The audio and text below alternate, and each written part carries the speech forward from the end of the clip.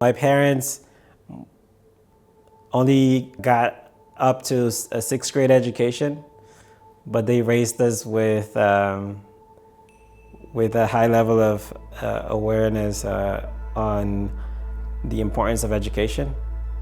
So out of 7, 3 of us have PhDs in my family. Out of 7, 6 of us have college degrees. Yes, that's important, but the most important part of it is the way we use what we have been provided throughout these years in our formation and education is to always lift other people up. My oldest brother, Pather, had got a graduate scholarship to UVA from Ireland. And so that kind of, in our family, that kind of opened the door and made it kind of a norm. And my third oldest brother, the fifth in our family, 3 years later, he emigrated to Germany. So there was a lot of, my sister, when she was in college, she went to live in France for an extended period. So it was kind of a norm in our family. I came with one suitcase and $100 and a scholarship.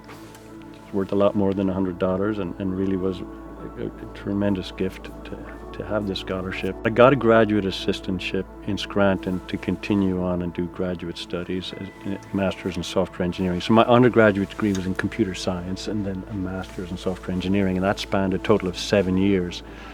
And while I did the graduate work, I also had a full-time job at the university, and through a lottery program, I got a green card.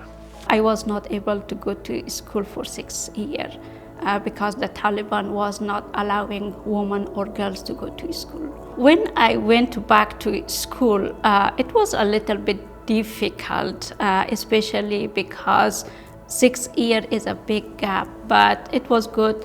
It was a problem, but not a very big deal because I wanted to be educated. It doesn't matter. Like with age, I start back, go to school.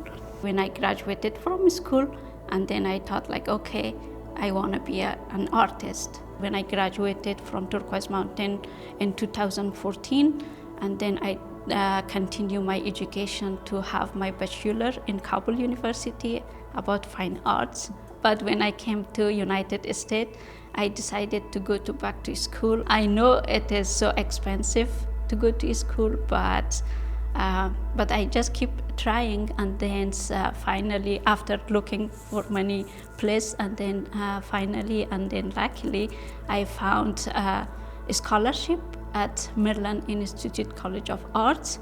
We were hearing all about this, about DACA, Dreamers, Dream Act. And we had DACA that was finally approved by former President Obama. And I remember I went to Maryland there was this clinic by this organization named CASA. And I just remember there staying in line because there were a few big lines. It was a free clinic that were helping undocumented students. And there was this girl who came to me as I was wearing the, she was Bolivian too, and she was like, "What are you doing in your community to organize them, for, to support more dreamers?" And I was like, "What do you mean? We're not. I don't know. We're not. I don't know. Right now, I thought I was the only undocumented person in this country," and that's when I started meeting more people. Got in touch with the first undocumented Virginia student that I met. Her name was Lizette, and then she told me we have the Dream Project, where we are an organization that we give scholarships to undocumented students. And then from there, she connected me to a lot of immigrant allies, other undocumented, and then we started. I'm one of the co-founders of Dreamers of Virginia. And our whole purpose and our mission was to advocate for in-state tuition, because we had the dream to go to school, to go to university, and also to advocate for immigrants' rights in Virginia. We started organizing, talking to senators, members of Congress at the state, federal level.